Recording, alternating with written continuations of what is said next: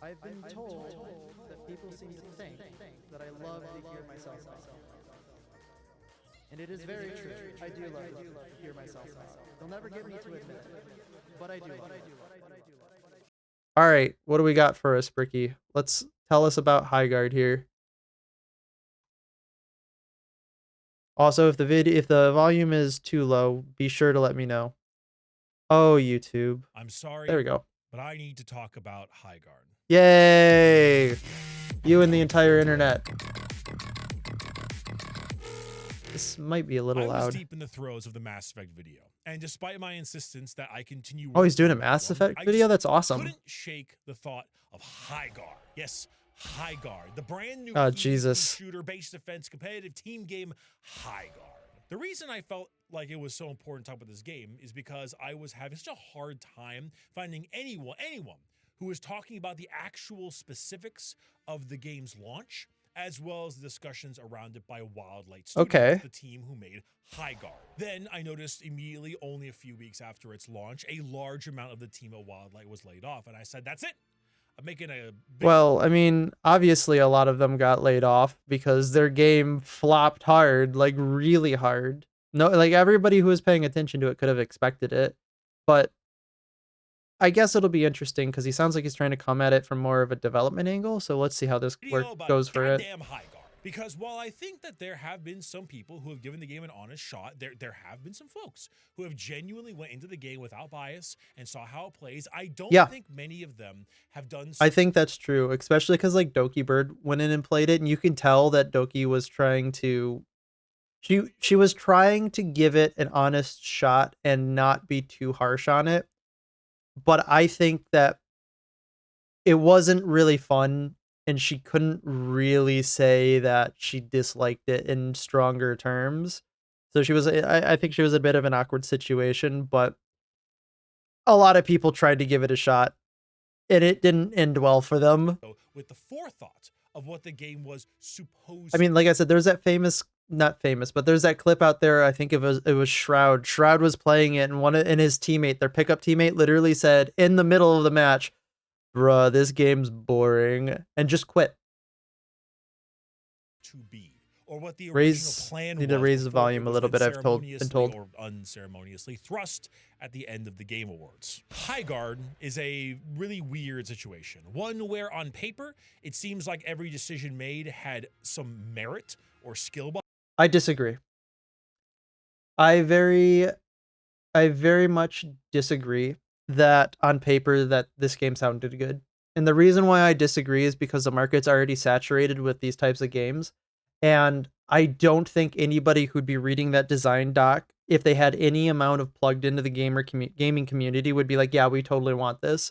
This was a game that was made by marketing. This wasn't a game made by developers. Behind it, but all ended up to form something that was either out of time or out of place. One of the better examples of maybe a good decision at a high level undermined by a bad decision or a lot of uncertain execution. I will preface this very much so by saying this video is going to be a bit against the grain. Not everything I say here. YouTube has been such a jerk hiding my notifications and junk. The Discord has saved me time because if not, I would never. Oh, no worries. Company that I've been working with for about 7 years now. I'm wearing their shirt and never tried Gamer Subs. Repping all of their stuff. I've heard that a lot of people like it. I think they use. I totally forgot to mention this. There's actually 20%. They use a specific type of sweetener that doesn't really sit well with my stomach, which is unfortunate. As far as I've been able to look into it. It is the company I've been sponsored with for almost 7 years, and but I definitely give it a try. I'm just glad that you're also using the Discord. That's been like a huge, that's been like a huge thing that I've been trying to push a little bit more. So I'm glad that people have been engaging with it. It's actually been really nice. Have the fantastic energy and caffeine-free Gamer Subs things, including dietary supplements and all that kind of stuff.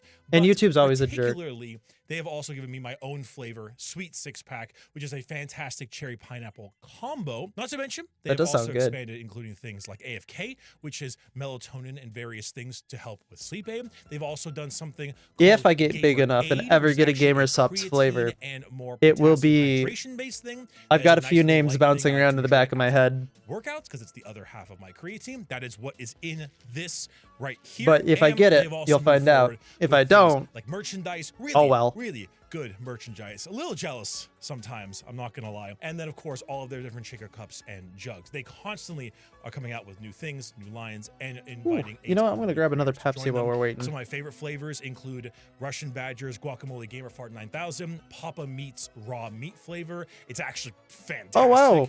As well as a Meat few Canyon of got a my flavor. various VTuber friends flavors as well. It's all We great like stuff, Meat Canyon. and I would definitely check it out at He's pretty cool. gamersubs.com/bricky or use code bricky for 10% off your order. Thank you for sponsoring the video. Now, Yeah, I love the back Discord. to Everyone High has been Guard. so nice Now, and fun to firstly, talk to. I'm sure glad that you you've wanna been know what High enjoying Guard it. is if you've never ended up. I'm glad that we've been able to Many of you have curate a heard the community game, but that's it's been good too. somewhat confused by what it actually is. What a game of High Guard looks like is a combination of Apex Legends, CSGO, and honestly a lot more paladins than you'd expect. You start out by picking a warden, which is Okay. one of the many hero type characters in the game. You then choose a style of base, and then you begin a gearing up phase, which involves reinforcing your base and then Right. venturing out to get as much gear as you can from the map. Now, if you're familiar with Apex, then you will be very familiar with the gear system of the game. You have armor, ammunition, weapons, and utilities, and they Right, but do people want to play that? all run around with a similar gray, blue, purple, orange type thing. They have their own effects, they have their own upgrades, etc. This is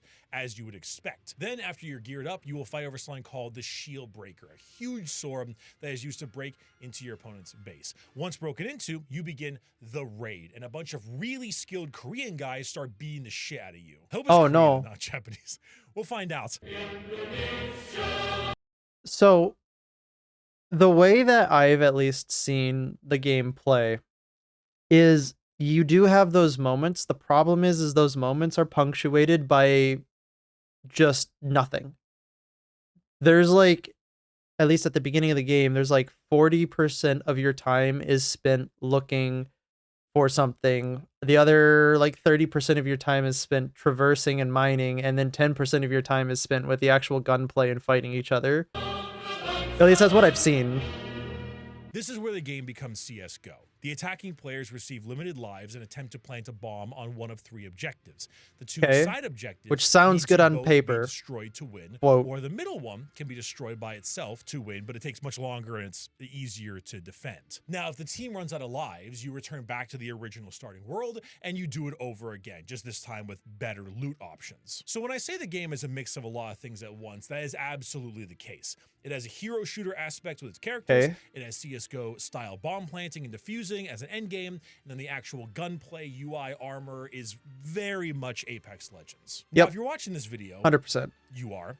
There might be 2 things you're here for. Either a genuine review of High Guard. The worst or part is the discussion of mounted combat developments and the seemed things surrounding interesting. High Guard, The and whether or not Jeff The mounted combat did seem interesting. The problem is like, did they need to put it in the game? Like, did they need to have the entire rigmarole at the beginning of mining and setting, like basically like like the laning phase, so to speak, of the game? But like, do we really need did you really need to do that? Why didn't you just make it a shooter? Keely is going in the company Death Note held in the back room of Wildlight Entertainment. I plan to provide you with all of that, but it's going to be a bit intertwined between itself, so that'll require me to work really hard on my transitions. So Wildlight has been extremely That was a lot of tight-lipped about this transitions game, real so finding fast. specific details is relatively difficult. Now, I have been a Titanfall fan for a long while. I played a lot of Apex in the beginning, so while I do have some Titanfall fan mentioned. I'm so sorry for all my Titanfall fans out there that they just decided to kill that game on repeat. contacts at Wildlight or people who know people at Wildlight. I do obviously want to keep most of that as just sort of like here, Bricky here. Yeah, man, TTK in this game seems like really long. Actually, publicly online. What can be found is that the studio was developed in 2021 officially, and their company was made fully public on what they were working on in 2023, based on a post from Chad Griner or Greener on their Twitter account. Now Chad was the game director on Apex and also the game Hello, director Georgie. on High Guard. Now, they're a team of about 100. I don't think the mounted combat didn't need to be included. It needed to be better integrated to make it actually good. That's why I'm saying that, like, to just to skip ahead to the inevitable cuts of the game, it should have just been discluded. Like, if it didn't fit the game and it was having a hard time fitting in, it would just be easier and more resource, I would say, resource conservative to just say we're just gonna get rid of it. I think it would have just been better for the overall like game, like feel of the game, because then you can start cutting out all the traversal aspects, and then you can just get to what makes the game like function on a base level. I don't know if I said hello. I think I did say hello to Georgie, but I'll say it again because I don't remember what happened 5 seconds ago because I'm a goldfish. Hello. People, and according to Dusty Welch, who was their founder CEO, about 60 of the 100 were from the Titanfall or Apex team and had left Respawn prior. Now, the team being Right. so secretive on the project was 100% on purpose. They wanted to be tight-lipped about everything and treat it much like they To be fair, most teams want to do that, treated Apex. The which entire understandable. foundation of Highguard was personified by the idea of low and slow. It was a test of a new IP, and much like with Apex, they wanted it to start getting its footing and feedback from players over time to allow it to form into what they wanted it to be. Now, you may or may not remember this, but Apex Legends was a complete shadow drop. EA and Respawn just started a stream with a bunch of static map images of the game, and then like an hour in, played a trailer, announced the title, and a whole bunch of major FPS streamers and Right. So that's what I was gonna say is like the way they slow rolled or they just kind of surprised everybody with Apex Legends. It worked for Apex Legends. I don't know if you want to do that with every game because it ceases to become surprising and interesting the more people just shadow drop things. At least that's kind of what I've been seeing. Not that people are like completely fatigued with them, but you could start seeing people maybe like going, "Oh, another shadow dropped game. Okay." folks began a sponsored stream There are of it. there Now, are a this lot of worked people who like to get excited for wonders something the game. coming out. Obviously, not being Titanfall 3 was disappointing to many, myself included, but we weren't quite in Battle Royale fatigue yet, and it was doing something rather new and Everyone watching this should like stream right now because my streamer likes to get big and strong. Thank you. Thanks for plugging me, Riv. completely different, especially having modern What would you prefer? Would you prefer I call you River? Or would you prefer I call you what you were named in the Discord? fluid shooting controls, which its competition did not have. You can see Highguard taking a super similar approach to everything, with the exception of the Game Awards announcement. They were completely radio silent all the way up to the game's launch. Right, and the Game Awards announcement was not the venue to announce this game. It is not. It is not last trailer material, and I think a lot of people saw that, especially the art style, and they're like, "Oh, I don't know. It looks kind of not good."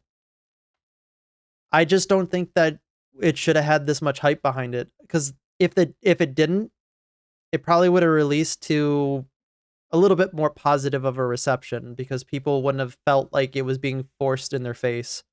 Then a ton of FPS streamers were sponsored by it, and it was available to play. Now, in doing research for this video, thank you, Possum, one of the most fascinating things I saw was discussion on the development of the game, because the design philosophy and initial bits for this game really makes sense on paper. To begin, Wildlight's goal Again, I don't think I don't think that on paper it really does make sense. And the reason I don't think it really makes sense on paper is because a lot of it is in contrast, or at least the way that I would think that it would have been put on paper is in contrast to how games in the industry generally play. Because it's probably saying something like we want to have like a resource gathering component to it and then go into like a I don't know, like a 12 life 3v3. It's like, okay, sure, maybe on paper that could sound a little interesting, but these two design philosophies would be, at least I would think, in contrast to one another. Not saying that some design philosophies on paper in contrast are bad in like in every circumstance. It just in this circumstance, I would think that a high octane, high moment to moment gameplay of a shooter would not fit well also with resource gathering. I don't know. That's just my opinion. Either name is was fine. to always make a Okay. shooter. Then yes, The thank you for the team plug. are shooter fans. They've worked on shooters. They love shooters. It was always going to be a competitive shooter. That was the goal Right. from So then why day don't you just make it one. a And they shooter? do not believe in the idea of fatigue within the confines of a multiplayer shooter. They believe that the end product is a game that is truly unique in style, and metrics show that the genre is still very viable. Now, I Sure. do disagree a little bit with the genre viability, but I can disagree with the idea that their end product is truly unique in. I can even agree that their metrics probably show that the whatchamacallit, that the market isn't saturated. However, I think what they didn't control for is brand loyalty, and I don't think that they controlled for the fact that most people find a shooter that they like and play only that shooter. They don't generally tend to hop from shooter to shooter to shooter. Style. It may It might be have a been an hodgepodge of a oversight on bunch of their things together, metrics but there department. is nothing else that plays like this game. Forming Wildlight gave them freedom that wasn't offered with Respawn. Now, at Respawn, Sure. the idea of doing a non-Apex game was impossible, and they were locked into its success.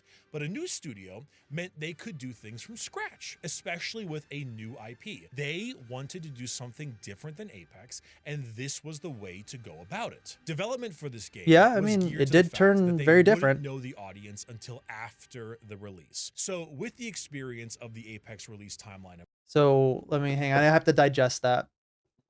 They wouldn't know the audience until after it released. I don't think that that is a good philosophy to be building a game for, because I don't think that you should build something without a target audience in mind, because I think if you build something without a target audience in mind, then you try to get too many people and gain no one. At least that's what I would think the logical consequence of that would be.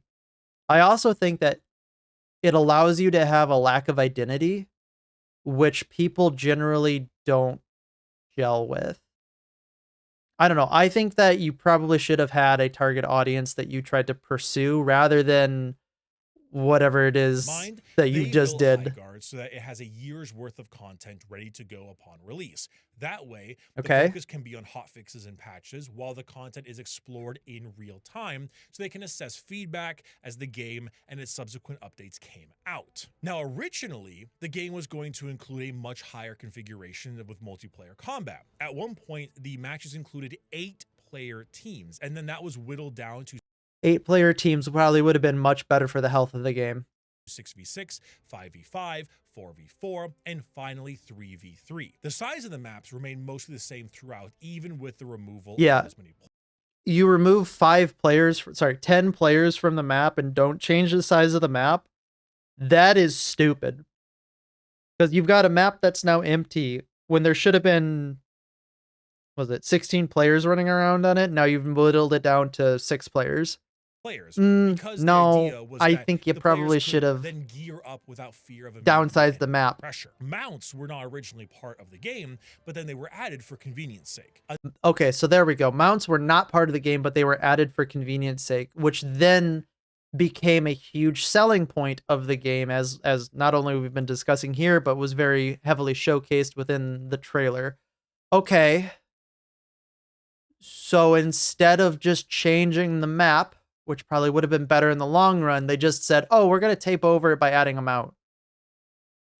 Why? Another early design idea for the game was the base building aspect to it, but this was also scrapped. And other early things were there was going to be scrapped too, but base they building might be added too? to future episodes of the game. Now, My God, this sounds like feature creep the game. the team embraced the concept of something more fantasy-like for the game's aesthetic because it offered a more unique theme. To quote, "We like guns that feel and sound real and meaty and shoot real bullets." So we started there. And then we didn't want And yet they had a revolver in the game that had 12 bullets in it with a 6-bullet cylinder.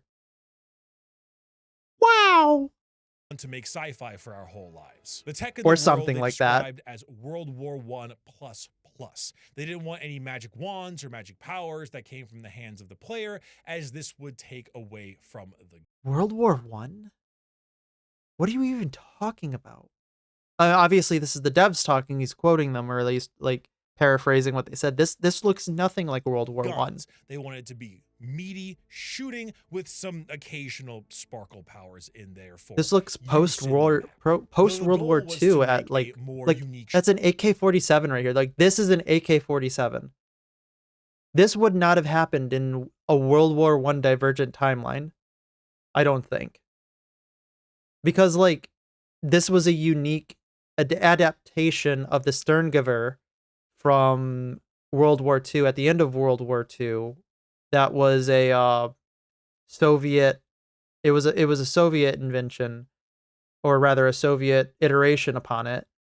So this wouldn't exist if it were just a World War I divergence, or at least there would be something completely different. shooting experience with a lot of attention to the game modes and the map exploration. The game Like this is very clearly a fucking AK-47. ended up becoming a hero shooter anyways. Now, lead designer Carlos Pineda acknowledges that people don't really like heroes, but they, quote, make the game better, and that's really the important part. People don't really like heroes, but they make the game better. Okay. We're gonna need to unpack that. You think the game is being made better by having heroes, but people don't really like it.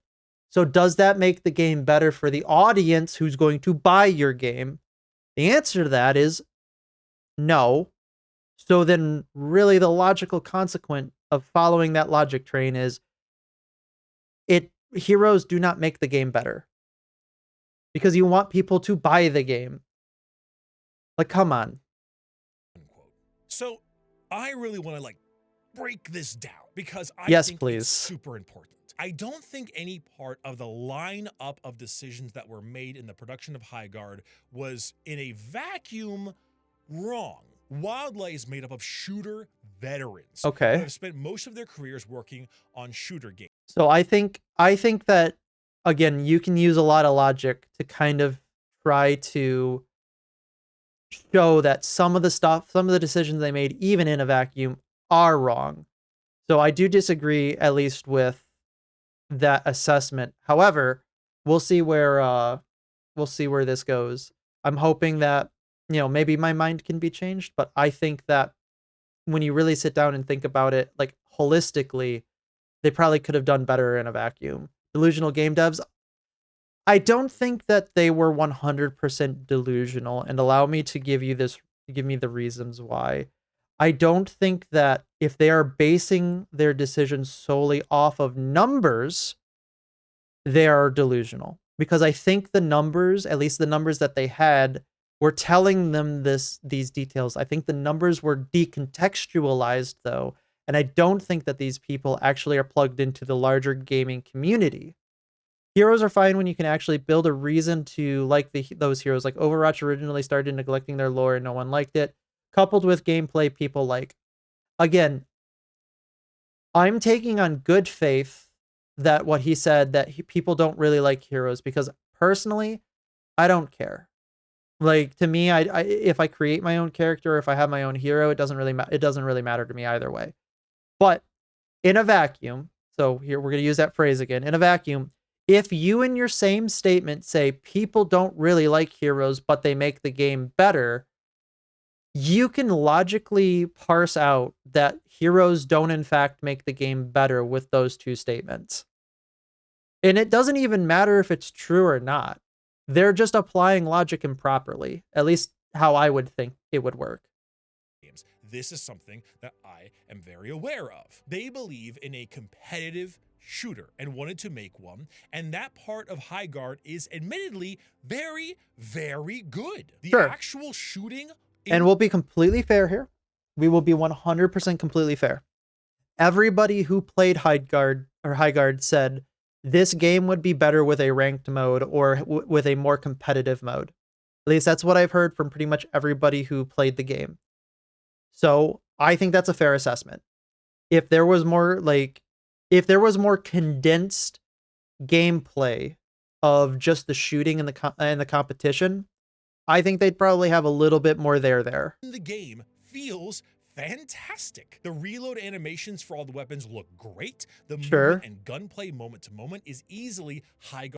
Except for the, was it 12 bullet, 6 bullet cylinder revolver? Guard's I'm best always going to make fun of attributes. them for that. Despite all of the shade we might throw at a game like Apex for monetization and balance decisions and the like, the gunplay of Apex, and especially of Titanfall, is excellent. And it is very clear that Wildlight is great at doing exactly this kind of combat. Sure, but you can't run an entire game Wildlight based is solely made on up the of game on the developers from a gunplay. very specific era of gaming, and that was the competitive shooters era of the mid 2000s and beyond. These are developers that grew up on games like Counter-Strike and other intense shooters, and therefore there is a paramount Door focus stuck. on one Door thing, stuck. and that is the clarity of gameplay and visuals. And if not that, extreme balancing. Clarity of gameplay is something you see a lot in a game like Valorant, for example. If there is a backdrop or an environment that will cause an enemy to not be perfectly visible and outlined against it, they will remove or change that backdrop. If a move provides just a little too much visual, I don't have enough edification on like competitive shooter games to know if this is or is not a good thing. So I don't really have a comment on it, except for the fact that I think Highguard did in some way nail that, because you can definitely very clearly see in pretty much all of the clips with any background where there is and is not a hero. Clutter, it will be toned down. Gameplay is king at all times, and because of that, great lengths are taken to make sure that clarity is maintained. Sure, but and that's most importantly, fair. That is a part of the gameplay. You are correct. Fair is the key word here. Now, I'm not saying the word fun. Fun is assumed automatically. It's assumed that the game is always fun, but a lot of focus appears to be on the game being fair. As I mentioned before, the gameplay is actually... That's a good point, because fair doesn't always mean fun too. Pretty good in Highguard, but you know what isn't? Like we've been seeing a lot of problems with that, with like numbers-based balancing that a lot of devs have been doing. A lot of people have been memeing on it, like a lot of developers look at the numbers and they balance based solely on the internal metrics, when really that's not the first thing that you should be looking at. You should be looking at how qualitatively or substantively the game plays. Team size and the map size. One of the biggest issues is that 3v3 is straight up not the right count for this game. Absolutely. In this environment. When you get to the base defense, it gets a bit closer, but not as close as it should be. So you want to know why it does at the base defense? And it's surprise amongst surprise, because you are in a condensed small area forced to fight each other like a shooter should be made. Wow.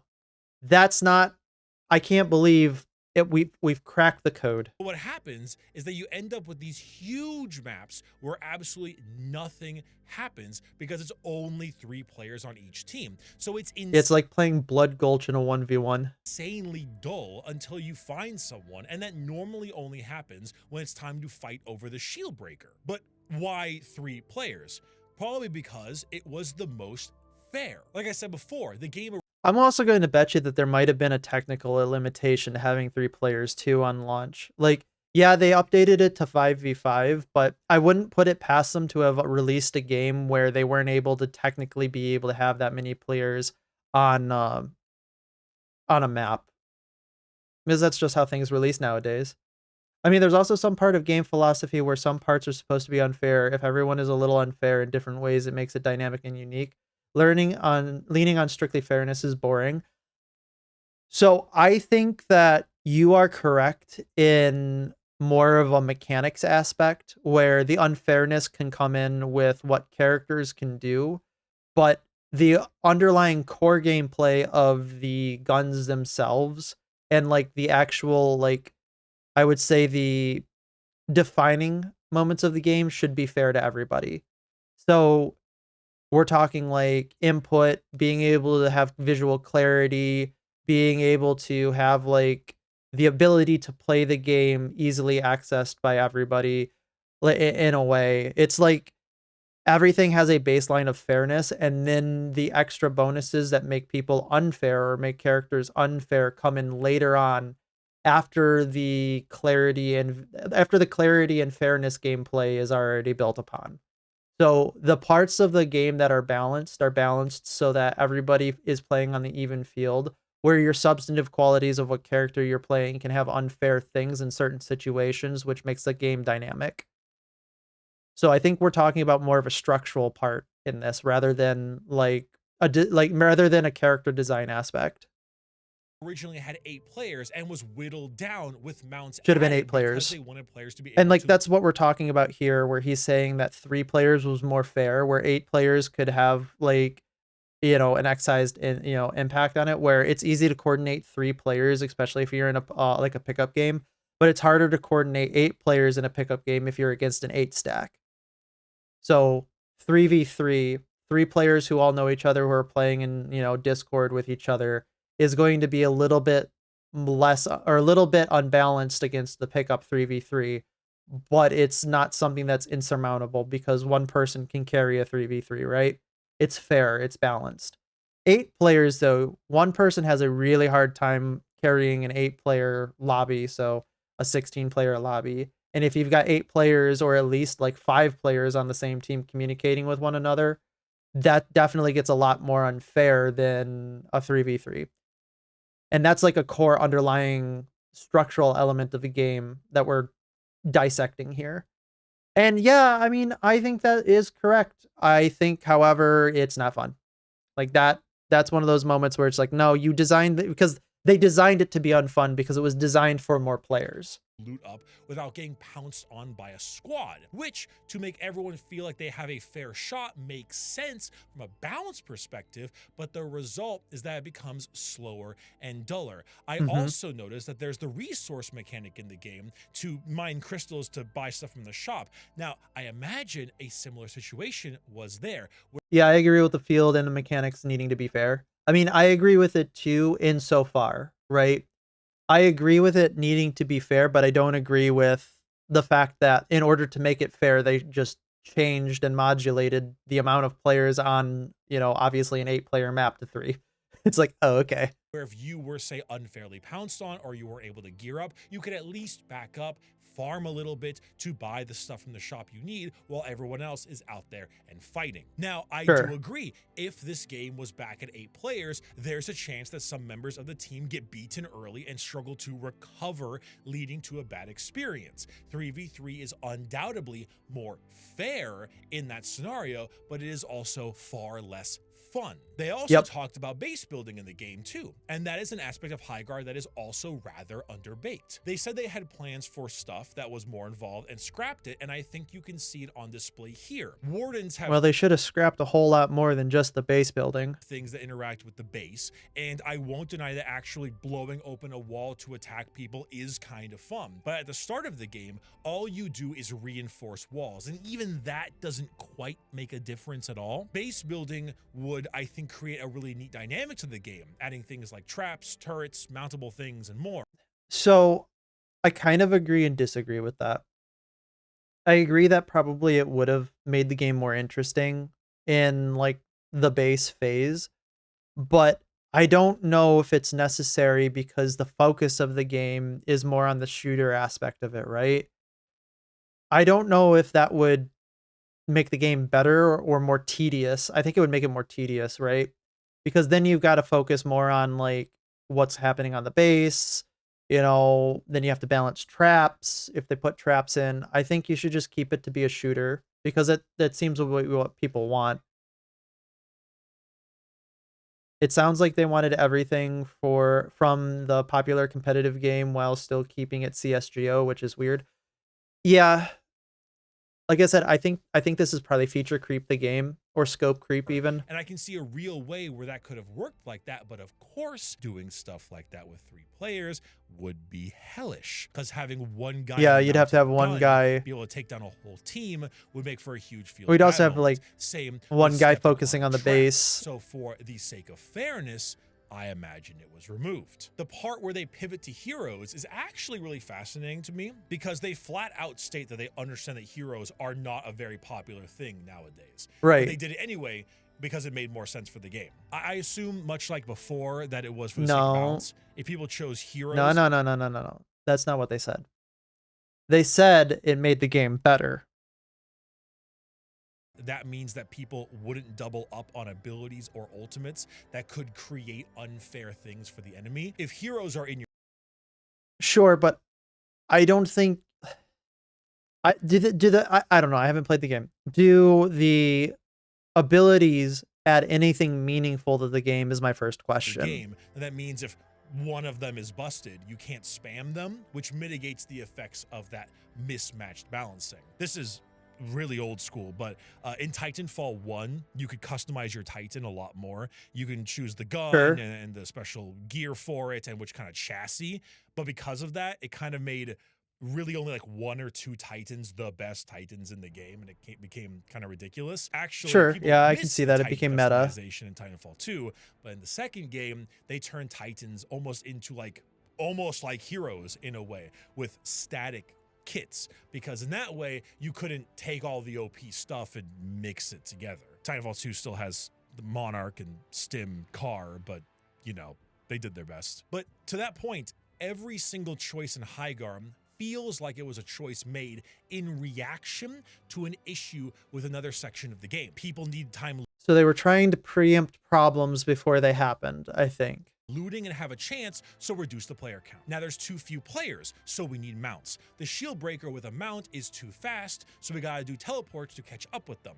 Abilities were too powerful, so lock them behind heroes. I don't think this is exactly how it went down. Obviously, I'm not omnipotent, but it does appear No, that it's logical though. up with.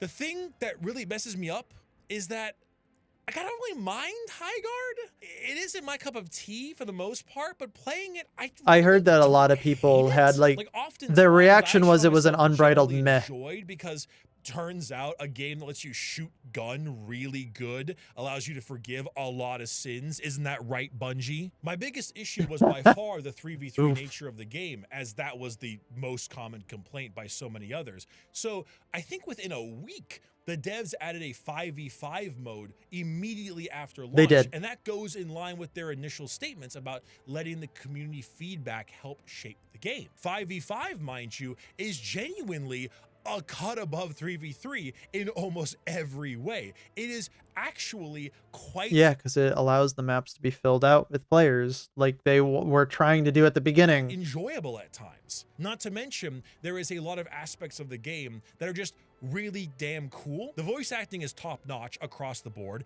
The starting screens for the game are also actually very neat looking. And I can't help but appreciate the fact that attacking an enemy base involves stabbing a giant sword into a shield to summon a portal for a huge cat battering ram tower. Like, I don't care I mean, about I your thoughts guess. in the game. That animation is sick as hell. All of this to say, again, I don't know. I don't dislike Highguard. I'm It's ambivalent towards it. very mid, but its gameplay is good enough and its animation slick enough that I can forgive some of its relatively underbaked aspects, at least for a little bit. It's still not a fantastic game, but it's still at least a bit mixed. But unfortunately, a little bit.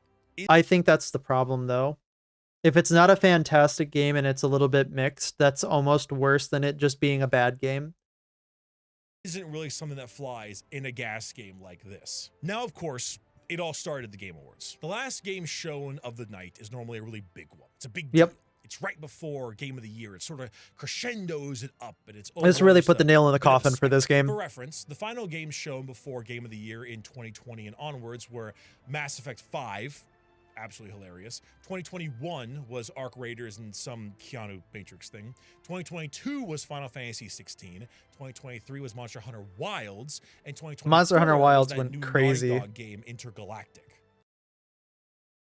I cannot wait for another Druckmann to hit the games industry. This game is going to flop so bad. I said, I'm not hinging on the catharsis of this game flopping, but there is going to be a lot of content surrounding it. And I'm excited for that because it's going to be something a lot of people are going to talk about. You know, all games that either have a cultural significance or an impact due to their studios or their long-running franchises or something along those lines. The thing that constantly gets at me is that Highguard being the final game in the Game of the Year show just went against everything the game set out to do. Every interview, every developer commentary, all the things I mentioned talk so heavily on this game being a slow, smooth shadow drop to then ramp up and find its footing, low Right. and slow. They tried like to I do said that, before. but it just A didn't bombastic final trailer at the VGAs seems to have never been just the didn't plan. work. I've tried hard to ask around about why this decision was made, and I cannot seem to find an answer. The only thing I've seen It's is because that Jeff Jeff Keighley wanted likes it. the game and wanted to show it off, but that doesn't seem like it's enough of the full story. There is a little bit of a possibility that because Wildlight was funded, Tencent secretly funded struggling shooter Highguard. I heard about that. And I don't know. I don't like that Tencent is putting their tentacles into everything. by Tencent, as Tencent funds like everyone nowadays, and Jeff does have a lot of Tencent related things in his Game Awards. There may have been a Well, mutual the Game Awards are interest also there, but funded that by is getting a Tencent, little or at bit least in part by conspiratorial, and Tencent. I don't know if it's enough for me to really kind of call that the reason. Regardless, the game was shown and the hate was instant. The game was laughed at and shit on from every corner of the internet the moment the words X Titanfall devs were uttered and then immediately transitioned to horseback. Now, call me crazy, but I am not someone who generally thinks something should be written off immediately without even playing the game, especially in the case of multiplayer. So I will call you crazy. I think there are some things that you can just tell are going to be bad based solely on the fact of all the surrounding things around it. I think that you can write off certain things. It might not be good or nice to say that, but I think you can. So, sorry, I've been absent for chat for a while. I've been busy around my house. That's no worries. I don't. If you chat, you chat. If you don't, you don't. I just hope that you're enjoying the show. People are free to chat or not chat. If they just want to be a lurker, I mean, I've been a chronic lurker my entire life, so I completely understand it. So, chat at your own pace. While not particularly inspiring, doesn't look like an asset flip or some kind of scam where it's very easy to judge a book by its cover. For such a high-profile announcement, I do think you should at least try the title before passing judgment. I know. I think that you can get enough sense of a game if you watch somebody who you trust to watch, who play games, and you can kind of be like, okay, yeah, I can see why this game's bad. However, I do think that if you're intellectually honest, you do want to be trying those games, but you can generally get the feel. Like, I think we're going to be talking about, what's it called? Marathon later today. And a lot of people have been judging that one already. And I think that there's been a lot of reasons for people to judge that, especially with the way that Bungie has been conducting themselves. Hello, I'm here now. What are we watching? And slash has watched. I see the Brickmaster. Today we are we started to watch Bricky's take on Highguard, and we're going to be watching some more stuff later on down the line about, like I said, Marathon. I like talking a lot, if you couldn't tell. I mean, I like talking a lot too. Super hot take. That's why I'm behind the mic. I wasn't blown away, but I tried to at least keep a bit of a neutral stance. Sure. Game of the year. And so the tradition I don't know. We'll see. It's free to play gas game. We'll see.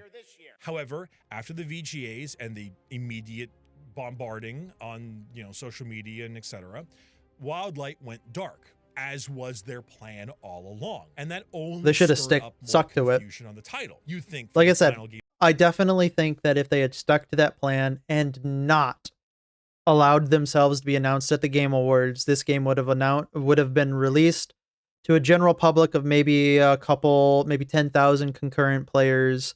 People wouldn't be, crapping on it constantly and being negative about it. And it would have just been a regular old meh type of game that some people liked and most people don't. With the showcase, they'd have a bunch of stuff. And that'd have been it. That'd have been that. We know why that wasn't the case, but it still didn't help with sentiment whatsoever. When the game did finally launch, it was bombarded with negative reviews within the first 10 minutes of its launch, throwing it to overwhelmingly negative on Steam. At launch, it had the usual streamers playing it, as was expected. There is the Apex Shroud, or is that Shroud? Everyone pretty sure that's Shroud, right? The Steam I don't know FPS streamers. Reviews did move up and now sit at a mixed rating, which I think is about where I would personally put it at the time of recording this video. Right, but like I said earlier, I think the problem is, and I think this is a big problem, If you have a game that is of mixed reception, that is almost worse than like a mid game. It's almost worse than having an overwhelmingly negative game. Because overwhelmingly, or I would say like bad games is probably a better way of terming it. I would say that bad games have their audience too. A lot of people enjoy playing bad games because they're having fun with how bad it is. This game is neither good nor bad, so nobody's going to have fun with it because nobody wants to play something that's just mid. They could be playing something better and they could be playing something worse. Like I said in the beginning, I wasn't going to make a video on High Guard. I saw it, I played it, I left with the feelings I've already described to you. Some good parts, some bad parts, generally mixed.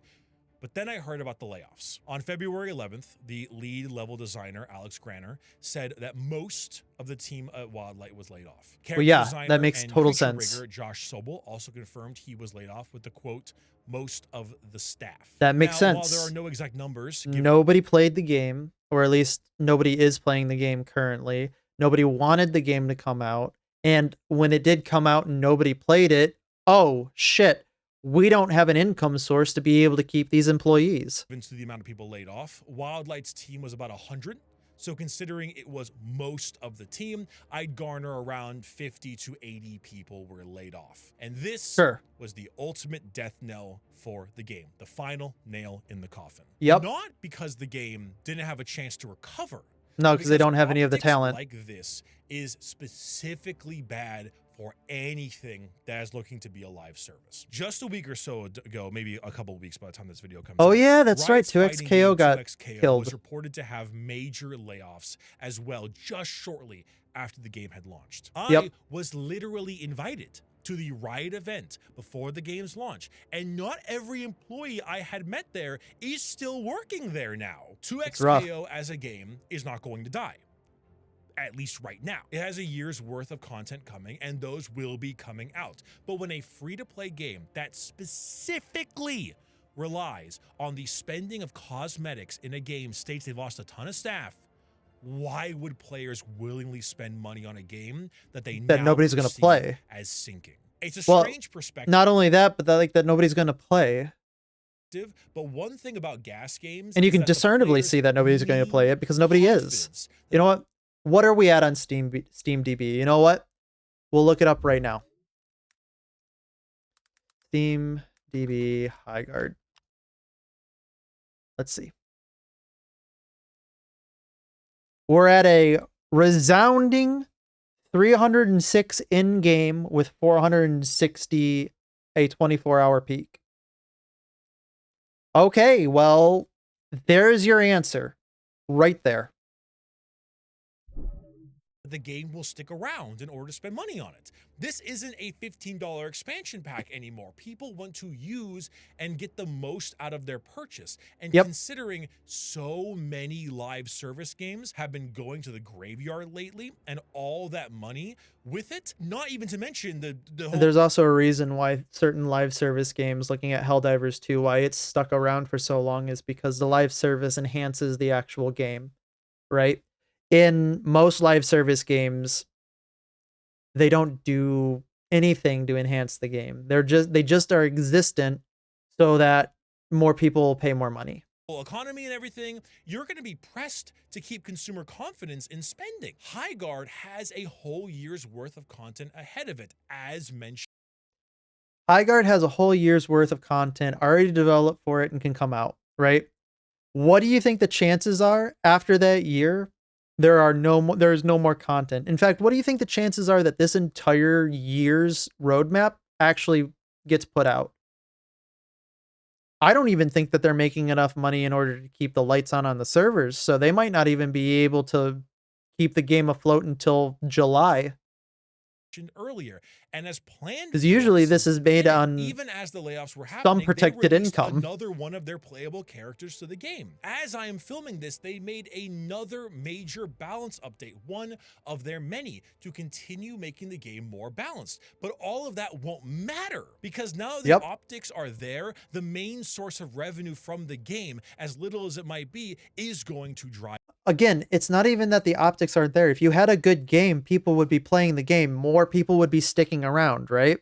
So Even like out of the 96,000 that we just saw players that played it on launch, if the game had bad optics but played really good, you would think they would have been able to retain those players. So it's just simply not the case that it is solely dependent on the bad optics. Yeah. Shortly after the layoffs, the character and rigger dev who was let go, Josh Sewell, made a long-winded post about Highguard. He lamented on the game's reception from the Game Awards, the toxic gamer. Considering they announced they're closing on March 12th. Sadness and disappointment on how everything went on. This spawned an... Wait, did they actually announce that they're closing on March 12th? No way. Is Highguard shutting down? Highguard is permanently shutting down on on March 12th, 2026, just 45 days lasted longer than Concord. Rest in piss. Oh my god, that is holy shit. Maybe oh man. Like, I feel bad for the people who worked on the game because they obviously feel like it's something that they're proud of. However, I think the majority of the public disagrees with that sentiment. That is, man.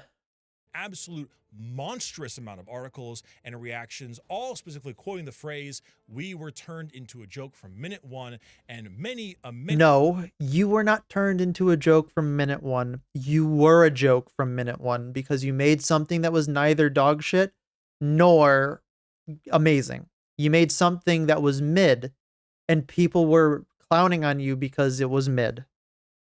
Many people saying that Highguard blames the gamers for why their game failed. Ah, yes, it's our fault it failed. And this is where I'm going to have to go on a rant of my own because the dude is like 90% motherfucking right. I'm moving different. This shit ain't nothing to me, man. Excuse me, I don't think that is the case. I'm a dog.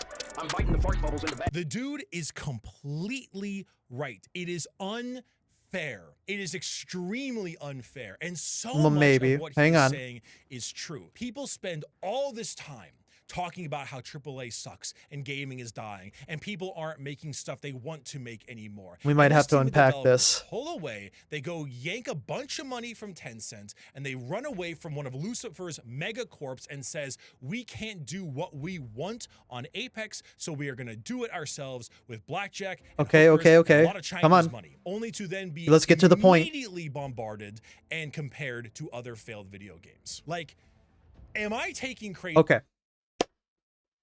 We're going to unpack this. First of all, no, it's not the gamer's fault.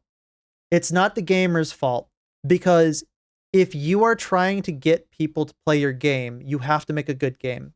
They obviously didn't make a good game because nobody stuck around. All the people who were paid promoters for the game almost couldn't muster a nice thing to say about the game, which should tell you that they are not having fun. It cannot be the gamer's fault for not wanting to play a game that they don't think is fun, first and foremost.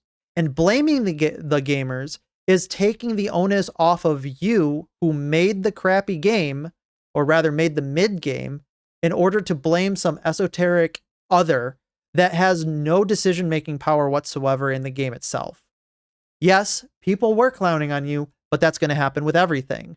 And they're clowning on you because you deserve to be clowned on. You didn't make the game that was worthy so far of the last spot on the Game Awards. That could be not your fault. Blame Jeff Keighley for that. Blame whoever put you in that spotlight. I think if you would have slow rolled it like you had wanted to, you probably would have released to maybe like 10,000 concurrent players just and probably retained about 2,000 of them. And lots of games can survive on 2,000 players. They can, but it's definitely not the gamer's fault. And in order to blame them, you're going to have to really, really, really show that they have the power in the relationship. The only power they have is to not play your game. Imagine. And that's not their fault. That's your fault for making a bad game. Pills here. Is it such an insanely hot take to say maybe the game didn't deserve to be dragged through the mud after one trailer for it dropped? So I think yes, it did. Because we saw or rather, maybe it didn't deserve it. I think maybe you're right that deserve is a strong word. However, I think it could have been expected because of what the game was and what it represents. If you didn't see this happening, then you are blind and not plugged into the overall gaming community. You should have expected gamers not to resonate with another hero shooter that has live service elements and with the overall game that it is. People are tired of these types of games. They don't want to play them. And the art style also was reminding them of other games that have either soured or that they dislike. It had a lot of hallmarks of things that people were looking at that said, we don't like this. And you would have known that if you were in the overall gaming community, which surprisingly enough is probably made up of about 80 to 90% of people who disagree with you.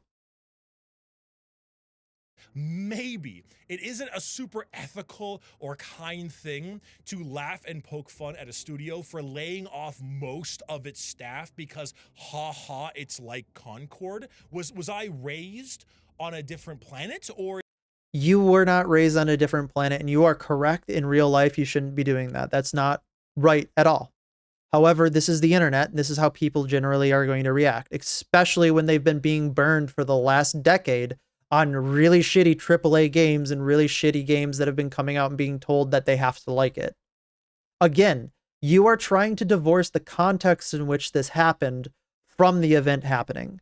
And I don't think that that's helpful. I think that's putting over, in my opinion, kind of glossing over a lot of problems that regular lay gamers have been having and minimizing them, trying to tell them that their problems aren't actually real problems.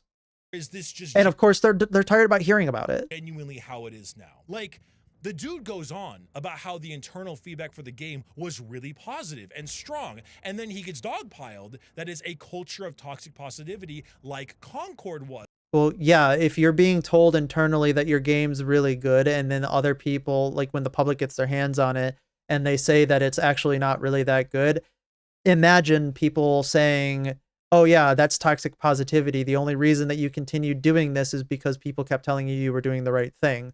I think that it probably has a good percentage chance of having a toxically positive culture. And I cannot disagree more. I played Concord. Highguard is miles better than Concord. Right, that's miles better than Concord. But Concord still existed in that gap of not good enough to be called good and not bad enough to be called bad. It was like in the lower third quadrant of that at times, but it was competent enough that people considered it like an actual game, not an asset flip. Miles. Its characters are not particularly inspiring, but come on, the side-by-side is night and day. It plays better Sure. than Concord. It sounded better than Concord. I say again, it deserves its mixed rating. But Yes. call me crazy, I believe him. I do believe that internally, people absolutely loved playing this game because the people at Wildlight are fucking shooter developers. As far as I'm remembering, when they had people who got their hands on it as playtesters, they had the same opinion of, oh, it's okay. That technically is a positive reception. But there was like no criticism that was probably allowed or addressed. They went to go, and we also don't know what internal builds they were developed or testing on either. They could have been testing on internal builds that had more than 3 players. They could have been a completely different game. We don't know what build they played on. a hardcore competitive shooter. This is what they do. This is their background. They made Titanfall and Apex. Of course they like the game they made. Of course they're stoked about the game they made. Jeff Keighley says he loved the game so much he wanted to show it off. And you know what? Are hero shooters just really popular now? I feel like every new game is a form of that. So howdy. So hero shooters are, quote, popular within game dev circles because, this is my opinion, by the way, this is not fact, this is my opinion, because they see the numbers of people playing things with hero elements in them, and they think, oh, people must really like it. What's being lost in translation is people like the game for what it is, and they are mistakenly putting it on an aspect of the game that isn't exactly what the draw for most people are. And also, hello. I think that's probably what's happening. And I think the general gaming public is tired of hero-based things, honestly. Like, some people really like them. A lot of people really just don't want to see it in every game. They're fatigued is probably the better approach to that. Kind of believe him. If this was the kind of game that was for you as it was for them, then yeah, it has potential. I feel like I'm going a little crazy. The dude spent the last half a decade of his life working on this game because he couldn't do what he wanted in his current job. They went to go do their own thing, they got their big funding, and they set off to make the game. Asking me to feel badly for somebody who went underneath this thing and still made a bad product is a large, or asking someone, rather, me is a little bit more strong, but asking someone to care about this is a very hard ask, because people at the end of the day don't care about the background noise of what's happening in game development. They only care if the game's good. And once the game comes out and they like it and it's a good game, then they care about the stories behind it. But first, you have to make a game that people want to play. You have to make a good game. And they didn't do it. So people aren't going to care. And you can't blame them for that, because people don't care about things they don't care about. Then this just in, human nature is human nature. One single month, the game is revealed, mercilessly shit on, review bombed into oblivion, and then him and all of his friends are... And, of course, we might not be using the word deservedly, but should have been expectedly.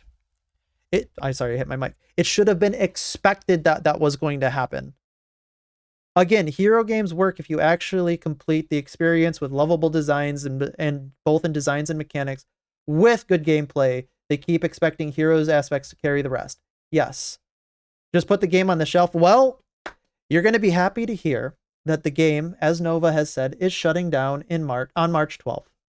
It will be permanently shelved. The butt of the joke because High Guard is kind of mid. I'm sorry. No, I reject that premise. I reject the idea that a developer can have to deal with shit like this and have a completely justified... Okay, you reject the idea that they have to deal with shit like that. Okay. So then every game that comes out that's bad, we shouldn't be giving them any type of criticism?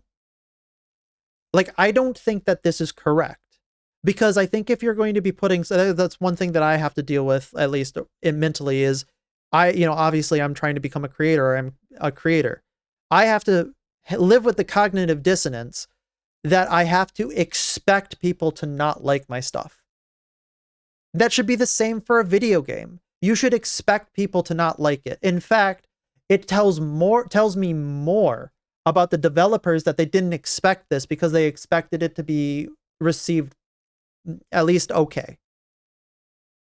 Especially because in the current gaming context and landscape, people don't want these types of games. They're fucking tired of them. And the fact that they didn't know that tells me they know nothing of the greater gaming community, because they don't care, or they put them in the bucket of people that they don't agree with, so they're not going to listen to them. And here we are, where you're shutting down literally 45 days later because you were too proud of yourself to look at whether or not other people are going to resonate with it. You doubted my intel while I was AFK. I didn't doubt your intel. I just checked it to make sure. I was more like, oh, is that really true? Viable clapback and get put to the stake for it after everything that happened? No. Do I think High Guard would have succeeded even if it had its shadow drop and no VGA treatments? No. Probably not. Probably not. No. But I don't think... Okay, so then what's your problem? Wrong. If it decided to do its shadow drop, it was on its own thing, and it was just this random thing that came out from the Titanfall and Apex devs, I think it would have been looked at with a different light. I do think it would have been hey, these guys went to go make this game. It's not perfect, but it's doing some weird stuff. And this is kind of interesting type thing. That's more what it would look like, as opposed to immediate bombarding. I think that you might be correct in the time frame, the temporal space in which it would exist. I think that it probably would have been one of those games where a lot of people have been like, hey, there's some interesting things being done in this game and some not so interesting things done in this game.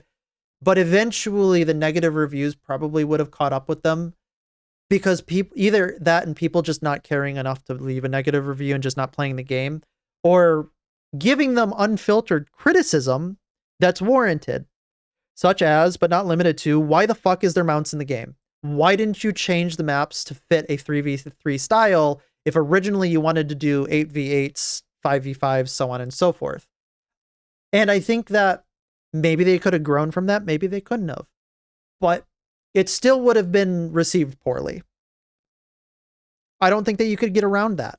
Do I think that in one way or another immediately like it because it was shadow drop? No, absolutely not. I genuinely think that the entire idea around the game would have been different. The guy blames toxic gaming culture for the maybe high guard, but he doesn't really fully. It would have bought them more time, probably. Yeah. He says that it just instead of dying immediately in 45 days, they would have died probably over the course of a year. Played a role, and it wasn't the entire reason. And I can't disagree with him. I mean, as someone like myself, like a streamer, I can. example, I can disagree with him substantively. And I can disagree with him substantively because you didn't make a good game. And you think you made a good game.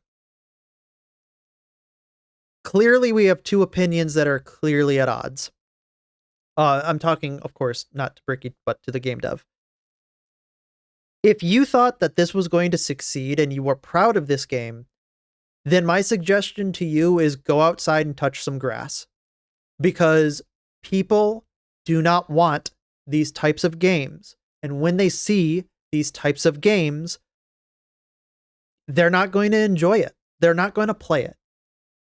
Because they've already been burned so many times before. And they are fatigued. Now, this could be a problem with your development cycle. Maybe you started developing this game at the end of when hero shooters were being a thing. That could be not your fault. That could just be you going, oh, we just started at the wrong time. Okay, that's fair. You had a flop. Admit it for what it is. It's a flop. Stop trying to say that it's not, it's somebody else's fault. At the end of the day, the buck stops with you in your studio. Move on to your next project. If it's smaller, it's smaller. Try to find something that you like to do. Try to find something that other people also like to play and make that. There's also no argument to be said that Jeff is also looked at with suspicion, so people were already locked into critique mode. We're not even going to get into the Jeff Keighley stuff. Like I said, I've been watching Jeff Keighley ever since he was on XPlay. And progressively, his opinions about video games have been getting worse and worse and worse over time. I think that a lot of people approach Jeff now with the same type of approach that they approach an estranged family member, where they kind of have to like him because he's always been there, but they really don't like talking to him or listening to his opinions. Never stream High Guard, because if I did, all I would deal with the entire time is people asking me, oh, why are you playing Concord 2, Bricky? Are you going to try out the new marathon treatment? If you're bothered by this, then I don't know. I don't think you should be. I think those are just jokes and people are joking about it. I hope you enjoy playing this game now before it's gone in 1 month. Like, I just don't want to fucking deal with that. So I'm not going to play High Guard. I'm not going to have to subject myself to that kind of constant toxic chat because it's super annoying. Whereas at least if it was the shadow drop version, maybe I would be able to get away as a bunch of people come into the chat. I don't think so. I think this game is going to be called Concord 2, regardless of whether or not it's shadow dropped or not. And ask, what in the world is this game? Oh, it's free? I guess I'll give it a shot. See, the game probably still wouldn't have... Maybe not. I don't know. Like I said, we don't live in a timeline where that happened, so speculating on that is 6 to 1, half a dozen the other. Who knows? Succeeded. Because even if they went back to the 8v8 gameplay and changed the game to fit exactly what people wanted, the game's hero design and art design are not inspiring enough to make people want to spend money on it. The only source of income in this free-to-play game are the cosmetics. And unfortunately, also the player are count not too. Interesting enough to warrant spending money, at least not to me. But I would have much rather preferred it. Again, this is all stemming from they thought that people would want to do that. The core underlying issue is the devs. They are the ones that tonally were mismatched with the broader gaming community. Come to its normal conclusion instead of having the internet try to speed run its demise. So Again, no, it's not the internet that did that.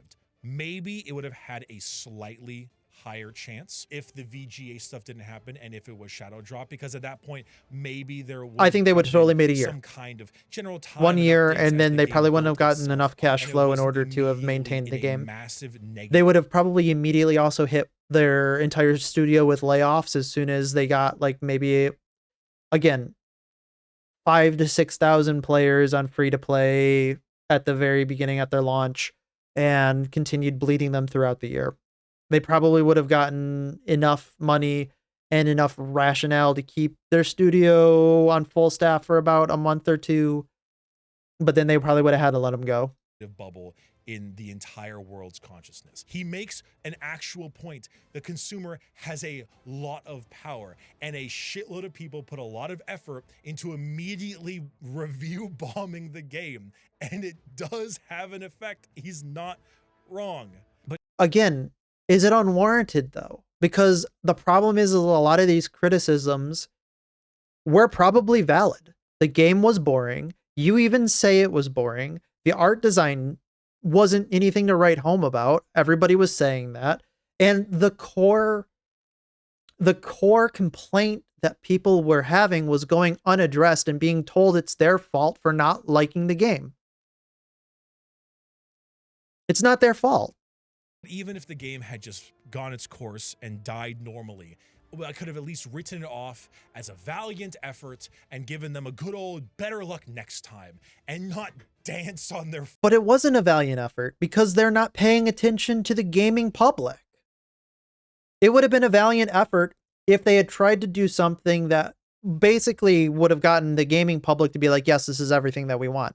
The gaming public for the last decade has been screaming, we don't want this. And then you still put something out that's the same thing that they say they don't want. Fucking graves. I can't believe I stand here today and have to act like this is a hot take, but here we are. Partially, I think it's a sign of the times. I think the jadedness of the live service genre has been felt so far. Yes. Wide. A massive amount of people have spent money on games that now lie buried, or watch as something beloved has fallen to corporate yes. or worse. Highguard maybe was where they all turned their sights to, and I think they shot the wrong person. This game is not an example of corporate... No, it is an embodiment of all the malpractice within the industry being personified in the new games that are coming out. Greed. It's an example of a lot of people making a game they really liked in a time where that kinship is not shared by the industry at large. Maybe 5 years ago, this would have done gangbusters. If times were different. No, a decade ago, this might have done gangbusters. 5 years ago, this might have been like something people would get into as their secondary game. Or after their first game died, they'd go to this game. But now it's just way too saturated. And fatigue hadn't set in. That's the wrong word. Saturated is the wrong word. Way too fatigued. The gaming public is way too fatigued by these games. And it won't. The death knell has already been sounded. And unless a miraculous comeback occurs, it will indeed be offline or on life support in... Well, it's going offline on the 12th. A year or two. Future bricky addendum here, a little extra bit thrown into the video. When I here first we go. played Highguard, it was out of curiosity. Oh, I thought he was going to talk about it going out in March 12th. I wasn't expecting to make a video on it. But as I played more of the game this last week to get footage for this video, the feeling that Highguard was the wrong thing shot by the public became more and more prominent. The 5v5 mode is substantially more enjoyable than the 3v3. Yeah, because there's more people on the map. Imagine. To play it again for footage. Like, I was excited to load up Highguard. Now, I've played a lot of live service shooters, and the saturation on this is burning my corneas. That I was having more fun with Highguard than I was with Apex, Rainbow Six, Fortnite, or anything Call of Duty was putting out. Now, I understand the risk I take by putting the onus on... Would you have been playing this in your free time if you weren't trying to grab footage for the game? That's my first question. Players as opposed to developers. But the more I play, the more I think just how ridiculous it is to review bomb a game because the people who made Titanfall didn't do it again, as if that was a choice they had. I think that's fairly reductive to people who had legitimate problems with this game. As if there's some sort of say over people's choices and how they spend their jobs and their creative visions they want to pursue. Wildlight literally stated they did not want to make a sci-fi game all of their lives, and they wanted to go off and do their own thing, and they were bit for it. And Okay. This is still fantasy sci-fi, though. The guns and the technology is being augmented by magic, but it's still sci-fi.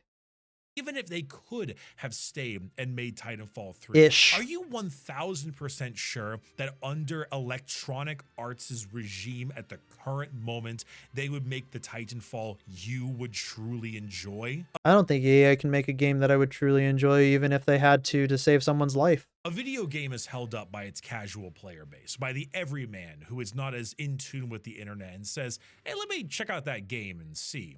So when they only see article upon article of vitriol, video after video of Concord comparisons, and the game review bomb, I don't think it was article after article. I don't think print articles were nearly as critical as this game as content creators were.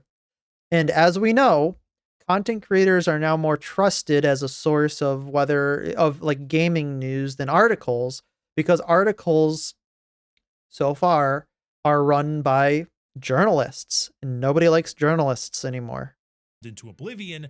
They trust somebody who they can form somewhat of a connection with over a blank wanting to download the game. person. It's not like we have a lot of free storage space nowadays. The fact Highguard was actually able to recover all the way to a mixed rating from the beating it took is actually insanely impressive. I'm sorry, but the developer was right. It isn't the only reason it failed, but it absolutely played a part. I don't know if that's as good of anecdotal evidence as we think it is. Because let's just go ahead and say that maybe they deleted a bunch of reviews, or a bunch of reviews that were sub 2 hours where people were clowning on it. Maybe they got rid of a bunch of reviews like that. Let's just go ahead and say that. Then it's still mixed, because that means that people who've been playing the game for more than 2 hours probably didn't have had a 50% opinion on it. Maybe more people started returning and giving them thumbs up reviews. It's obviously not enough to have kept them around. The thing is, it doesn't matter if people thought the game was good or not, or for them or not. Video games are such a plethora of genres, styles, mechanics. It doesn't matter if people fucked with Highguard, but just maybe the team who made it didn't need to be ran out of town before it even launched. Anyway, back. You know what? We'll just let him keep going. I think I've beleaguered this enough. It's not one I like to discuss, and it's not one that should be celebrated by anyone, even if that was where it was going to end up, Game Awards or not. I stand here in this really weird cognitive dissonance where, like, yeah, I think the treatment of the game, the developers, and more is very unempathetic and just kind of awful to watch, and simultaneously, yeah, the game. How can you expect people on the internet to have empathy for something they don't care about? You're talking to people who don't view the internet or view other people as like living, breathing agents, because people on the internet just don't. You must expect your reception on the internet to be negative. That's just how it is. People get lucky sometimes and it's not negative. You know, I'm one of those people. My reception from my audience has been incredibly positive. I expected it not to be positive, because I think that's a healthy mindset to have, because people on the internet are not nice. That's just how it is. It's pretty mid. It has some good parts here and there. It's certainly not like awful terrible, but yeah, the game is pretty mid. It doesn't mean they deserved this then or now. I also don't feel this. Again, they should have expected it. Analyze every single word of one of 100 developers of a studio who spent 5 years on this, immediately got shit on, and then fired. I can't imagine what that would ever do to your mental state. Well, you can't hyper-analyze the immediate words of that person, sure, but you can analyze it in a little bit of like an abstract and think, oh, this guy doesn't know what he's talking about. You can come away with that takeaway really easily without even having to like pick apart every sentence that he says. just as public statements. It points in a direction, and people are really good at following that direction. And I'm sorry, I just don't necessarily think taking pot shots at them for that and having them speak on behalf of the entire team is fair. Do I think the game maybe was in a bad time? Absolutely. Do I think that the people in Wildlight maybe liked their stuff a bit more than the wider public would have? Absolutely. Do I think that perchance what they aimed for in this genre, in this realm, in this style was wrong? 100%. Okay. Do I think the High Guard would have made it again? I don't think so. Okay. So you are claiming that they don't deserve what happened to them. Then what do they deserve? Because in just a complete vacuum and in just a complete, like, we'll just go ahead and just narrow it down to this. What do they deserve? They definitely don't deserve players. They don't deserve positive reviews. They don't deserve negative reviews. They don't deserve to have people air their grievances and criticisms at them. They just deserve to put their game out there and have no critique or feedback whatsoever. Like, I don't know what you're trying to say is, I don't know what you're trying to claim that should have happened. Because it should have been expected that they were going to get clowned on if they had a bad game. And it should have been expected that if they had a good game, people were going to praise it. I don't know. That just seems like reality to me. I still don't think this was the way. Honestly, if you like competitive team shooters, the game is free. Give it a shot, I suppose, if you don't mind killing an hour or two. I wouldn't necessarily say that everyone should go out and try it, but like if you like this kind of game. So you don't even think that people should try it, that it's free to play, and you are trying to then tell us that we shouldn't have been clowning on it. And I'm using we in like the collective sense, not we as in the I inclusive sense. I'm getting like, what are you trying to say here?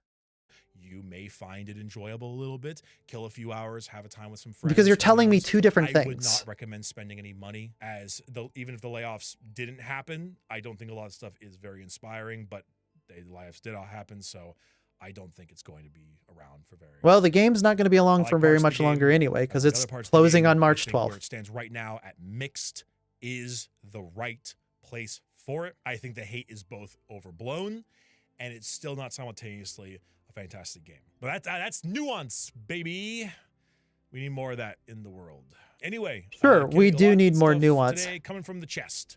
However, I don't know if it's a good take to say, yes, they made a bad game and also we don't need to be clowning on it. When, again, we live in a context in which people's normal voices are being essentially ignored and censored through the apparatus that is the games industry. How else do you expect them to be able to communicate their actual criticisms or even communicate to, like, the overall industry that they don't want this? I think his argument is that the reception shouldn't have necessarily been complete scorched earth. Again, I think that ignores the context in which we find ourselves, because that is the only option that the gaming public has left. At least as far as I've been able to see, because nobody's listening to them. I don't know. I think this ignores the context in which this released. A lot from the chest. Maybe I'm a bit naive. Perchance I could be naive, but I don't know. It's okay to be naive. I feel bad. And that to some extent, Highguard is a victim of being judged by the predecessors. I think it's not being judged by its predecessors. I think it's being contextualized by its predecessors. I think it's being judged accurately, that it's mixed, but that's being amplified by the context in which it released. In the games industry and that kind of thing, and it's just it sucks to, because you imagine your like we're not even working on a game, like we're not even like we're not we'll finish this, but we're not even like recognizing the environment that it released to. What she would want, and you just that's why I say it should have been expected. Their position. And so maybe it's naivete, or maybe I can, you know what, honestly, that's a good, I can imagine being in their perspective. If I created something that people said, oh, I don't like this, my first reaction to that would be is, okay, then don't play it, don't watch it. Like, sure, maybe somebody could be screaming about my content and saying, I hate this guy, I hate this guy, I hate this guy. But at the end of the day, if I'm doing what I want and doing what I want to do, then to me, it doesn't matter what that person who hates me says. And if they really, really wanted that, they would have had the same approach to it. At least that's what I would think. Thanks for watching. It's depressing. Good Lord. I wouldn't be blaming other people. High guard.